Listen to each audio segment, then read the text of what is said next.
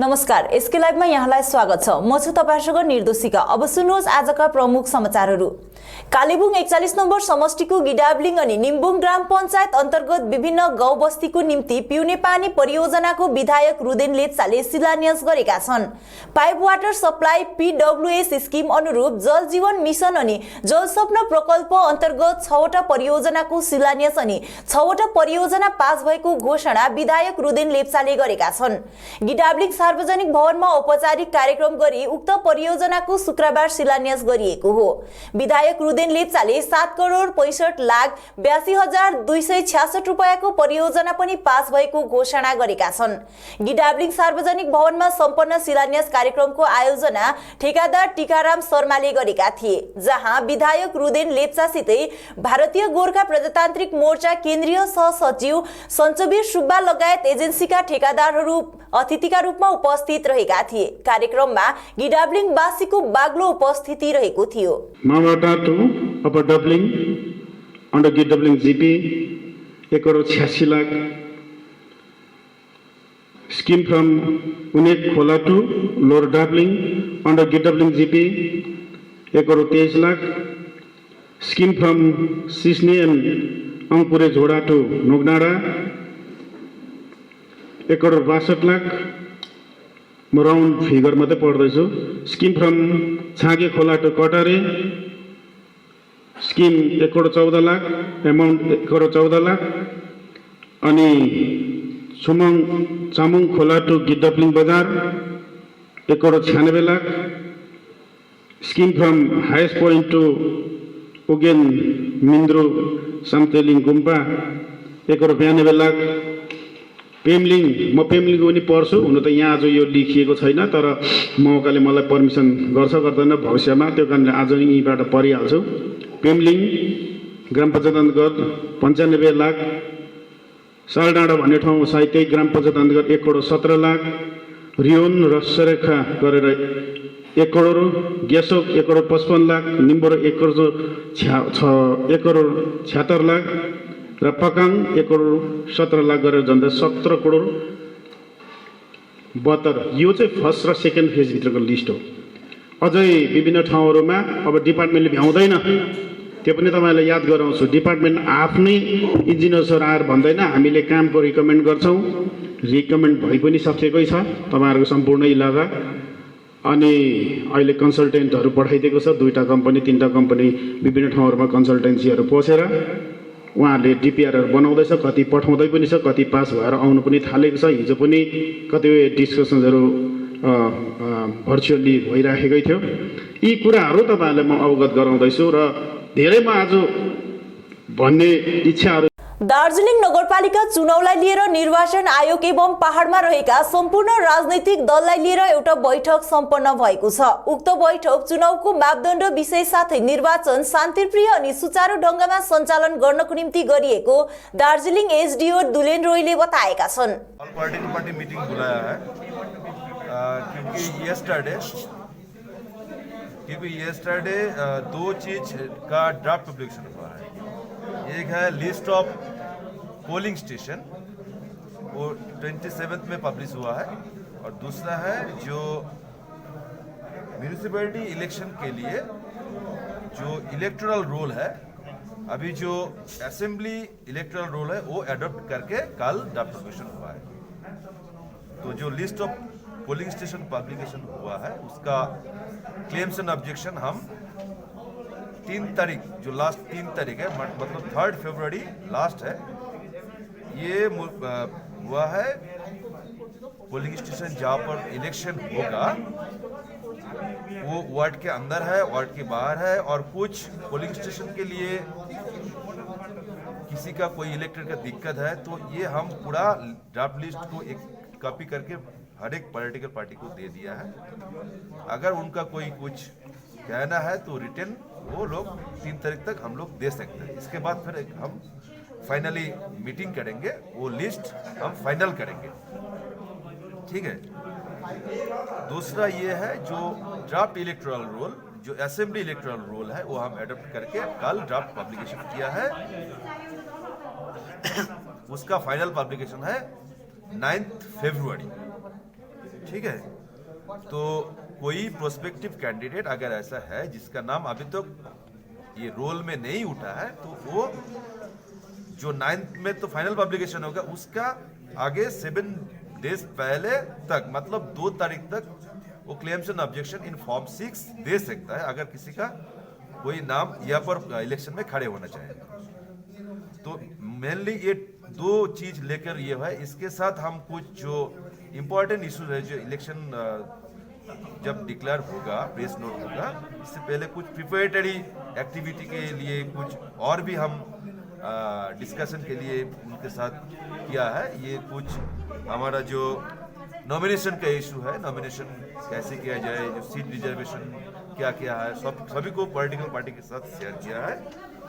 और एमसीसी कैसे काम करेगा, क्या उनको करना मना है, क्या नहीं करना है। कोविड जो है, इसमें कोविड का जो है पैंडेमिक है, इसका जो स्टेट इलेक्शन कमीशन का जो ऑर्डर है और स्टेट का जो ऑर्डर है, उसी मुताबिक ये लोग कैसे कैंपेन करेंगे, क्या कैंपेन का प्रोसीड्यूर होगा, ये सभी हम डिटेल्स में डिस्कशन किया है। उसके साथ जो ईवीएम का छोटा बड़ा जो इशू है, जो टाइम टू टाइम नगरपालिका चुनाव मुखैमा छ। यसघरि दार्जिलिङ पहाडको विभिन्न राजनैतिक दलहरू नगरपालिका चुनावको निम्ति तयारी गर्न जुटेका छन्। यसैबीच हिल तृणमूल कांग्रेस पार्टीको चेयरम्यान साथै मिरिक नगरपालिका अध्यक्ष एलबी राईले यसपटक नगरपालिका चुनावमा पनि मिरिकमा आफूहरूले नै बोर्ड गठन गर्ने दाबी गरेका छन्। मिरिक नगरवासीले आफूहरूले बितेको समय मिरिक नगरपालिकाको विकासको निम्ति गरेको विभिन्न योजना अनि कार्यालय हेरेर नै पुनः यसचोटि पनि हिल तृणमूल कांग्रेस पार्टी मिरिक नगरपालिकाको चुनावमा विजयी हुने तिनले विश्वास व्यक्त गरेका छन्। राय साहब, आप मिरिक नगरपालिका का चेयरमैन की हैसियत से बीते वाला 5 साल में क्या क्या काम किया आपने, और आने वाला दिन में आपने क्या उम्मीद कर रहा है? काम तो बायोडाटा लिखने से तो बहुत काम किया हम लोग, अभी जितना भी हम लोग काम किया है, लेकिन मेरी म्यूनसिपलिटी का आदमी लोग के लिए, यहाँ का रेसिडेंट के लिए बहुत कुछ हम लोग काम किया है वैसे तो। अच्छा, मिरिक म्यूनसिपलिटी का रोस्टर रेडी हो गया? रोस्टर रेडी तो मतलब वो गवर्नमेंट करेगा ना, हम लोग नहीं, आप लोग का हाथ में प्राप्ति हो चुके? नहीं हुआ है, वो हो जाएगा। रोस्टर तो प्रत्येक म्यूनसिपलिटी का रोस्टर तो रेडी हो जाएगा। दार्जिलिंग का जैसे मिला वैसे रोस्टर तो प्रत्येक म्यूनसिपलिटी का इलेक्शन का आगे में वो मिलना चाहिए। सुनने में विशेष सूत्रों में खबर आया, जो आप जिस 7 नंबर वार्ड से मनोनीत चुनाव जीत के आया था, वो इस बार रिजर्व कोई सीट हो रहा है, एससी सीट हो रहा है, तो आप अल्टरनेटिव कौन सी सोच रहे हैं? अभी हम सोचने का उस बात में हम लोग सोचा नहीं, रोस्टर में जो होगा बाद में देखा जाएगा, कौन सीट में कौन जगह में जाना है, क्या करना है, बाद में देखेंगे। एक तो एसटी कर दिया ना आप लोग के यहाँ पे? वो तो एक एसटी सीट तो है, और महिलाएं 3 कर दिया। वो तो है, वो तो रोस्टर इस पर रोस्टर जितना सीट आएगा, ट्राइबल 2 सीट आएगा, एक एसटी सीट आएगा। आपको जनरल कितना रह गया? जनरल 60 रह जाएगा हम लोग का। तो आपका मिरिक नगरपालिका में जो आपने काम किया, ये बीते वाला 5 साल लगभग, तो इसमें आपको जो मेंशनाइट, मतलब जो आपने उल्लेखनीय क्या काम किया आपने?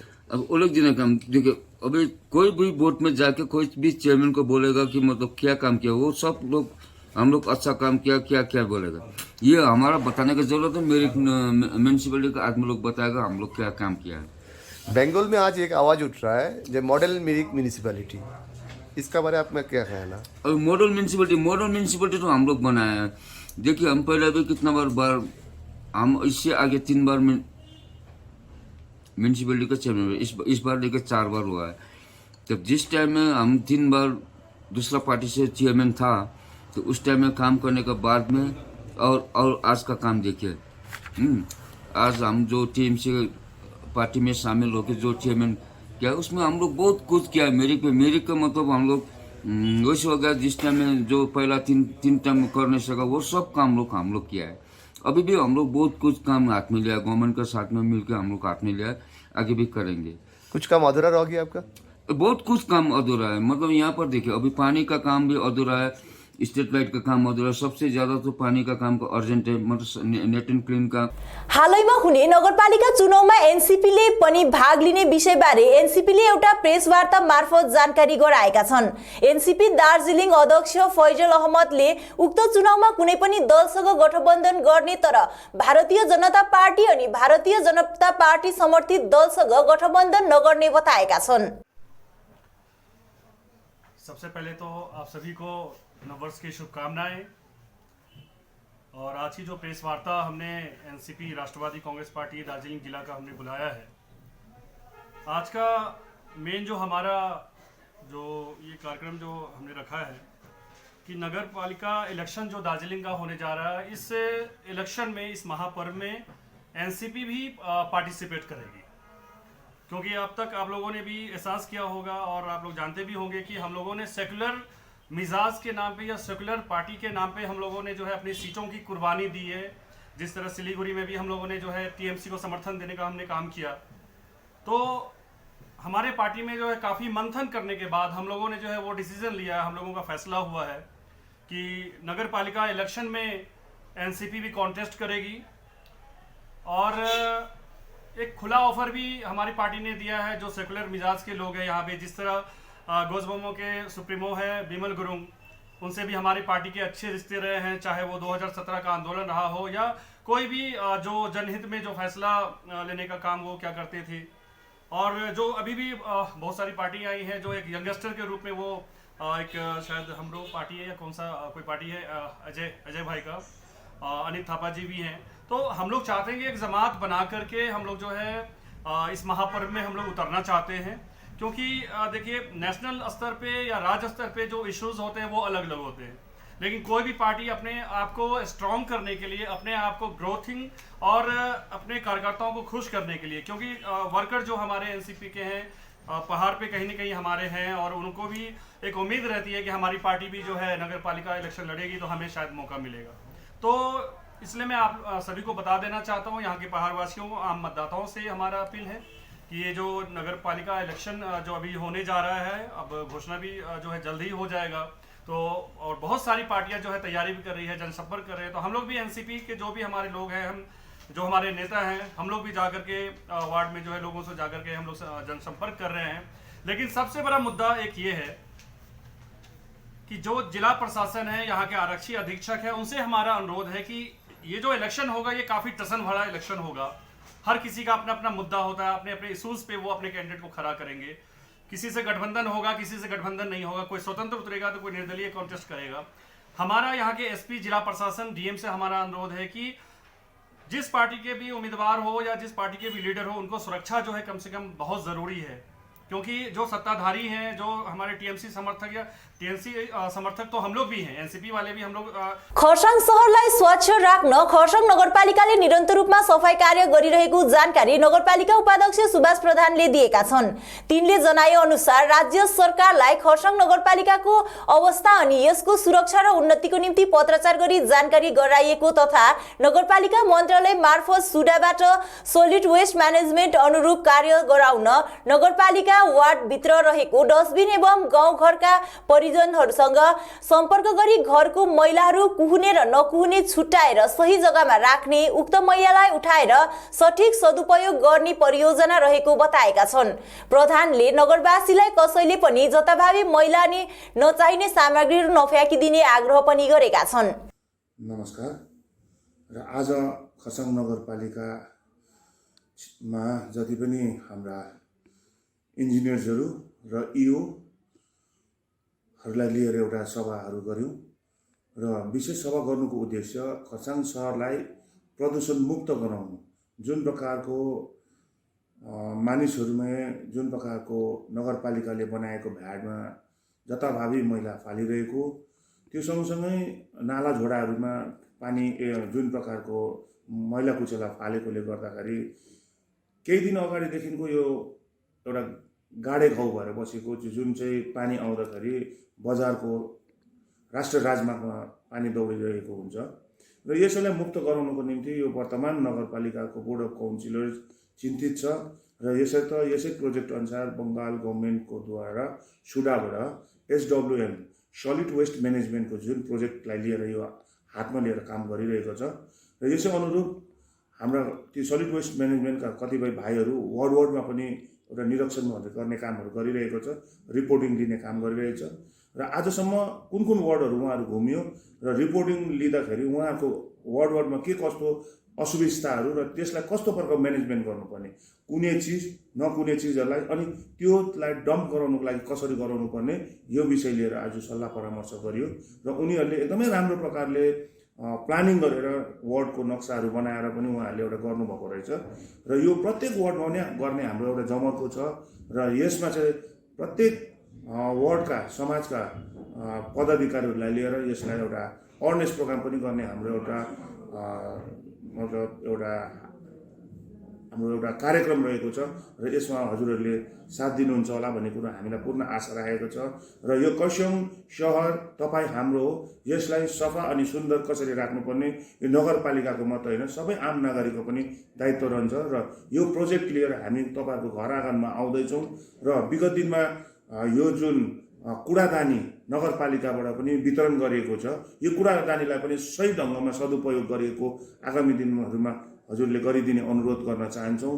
र यो जुन SWM को प्रोजेक्ट जुन चाहिँ मैला कुचेलालाई सलिड वेस्ट म्यानेजमेन्ट जुन प्रकारको एउटा कुनै नकुनै चिजहरूलाई गरेर त्यसलाई एउटा राम्रो प्रकारको मलहरूमा परिणत गर्ने र त्यसलाई सेग्रिगेट गरिकन कसरी चाहिँ त्यसलाई त्यो सामानहरूलाई गर्नुपर्ने, यो विषयमा पनि आज चर्चा परिचर्चा भएको हजुरहरूलाई जानकारी गराउन चाहन्छु। धन्यवाद। समाचारको क्रममा अब पालो भएको छ एउटा छोटो विश्रामको। सर मिठाई खाइए सर, बिटिया ने 12वीं पास कर लिया। अरे वाह, आगे की पढ़ाई का क्या सोचा? अरे कहाँ गुंजाइश है। ना ना ना, जरूरत गुंजाइश की नहीं, समझदारी की है। अरे आज ही बिटिया का एडमिशन DPMI में करवा दीजिए। DPMI बच्चे पिछले 20 सालों से पैरामेडिकल का नामी इंस्टीट्यूट है। DPMI के पास आउट्स की डिमांड आज सिर्फ देश में ही नहीं बल्कि विदेशों में भी है। और हाँ, ये सब तुम्हारे बजट। DPMI, सम्मान के साथ सुनिश्चित रोजगार।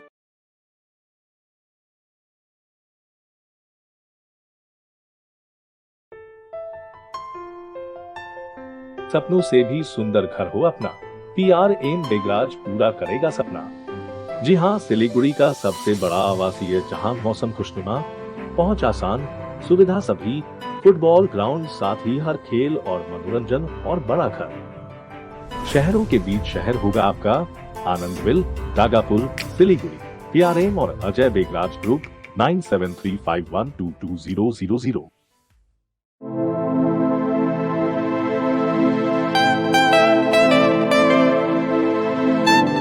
This is the membrane door made with a block board, 2000 rupees for a general door size per piece.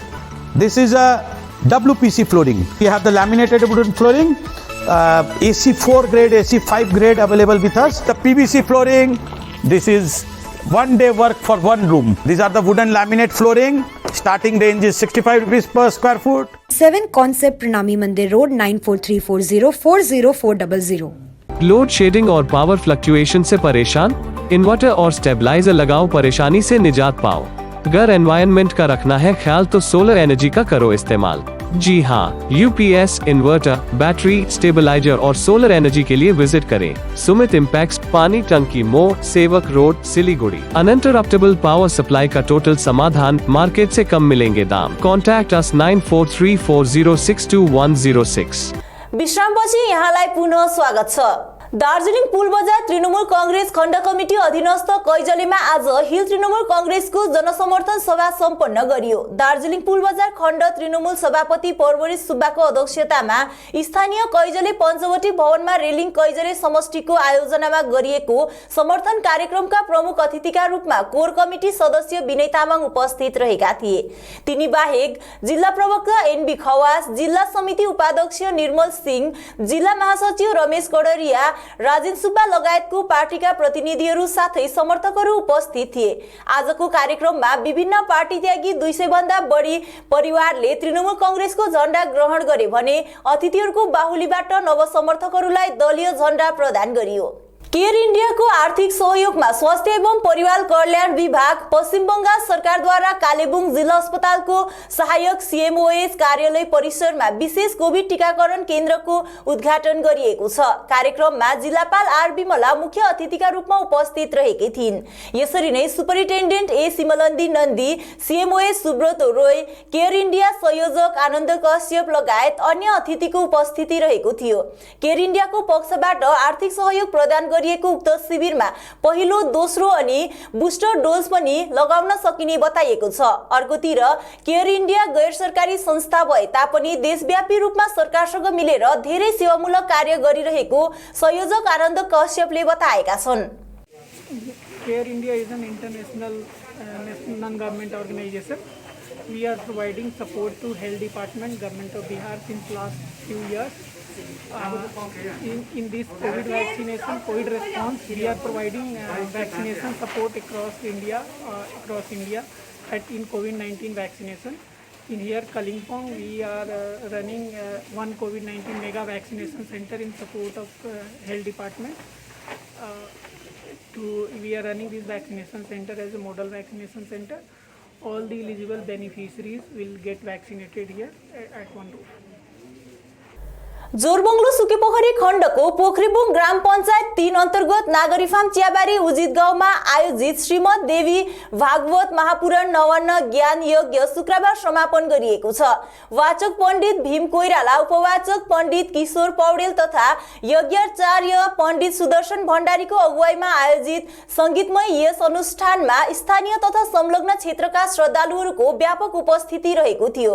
जगत कल्याण तथा पितृ उद्धारको निम्ति आयोजना गरिएको यस कार्यक्रममा पाठ, कथा, प्रवचन, महात्म्य समावेश गरिएको थियो। सुरुदेखि समापनसम्म भक्तिमय बनेको यस अनुष्ठानमा आर्थिक, सामाजिक तथा भण्डारा र अन्य सहयोग पुर्याउने सबैप्रति आभार प्रकट गर्दै आयोजक समितिको पक्षबाट प्रशान्त शर्माले थप जानकारी गराएका छन्।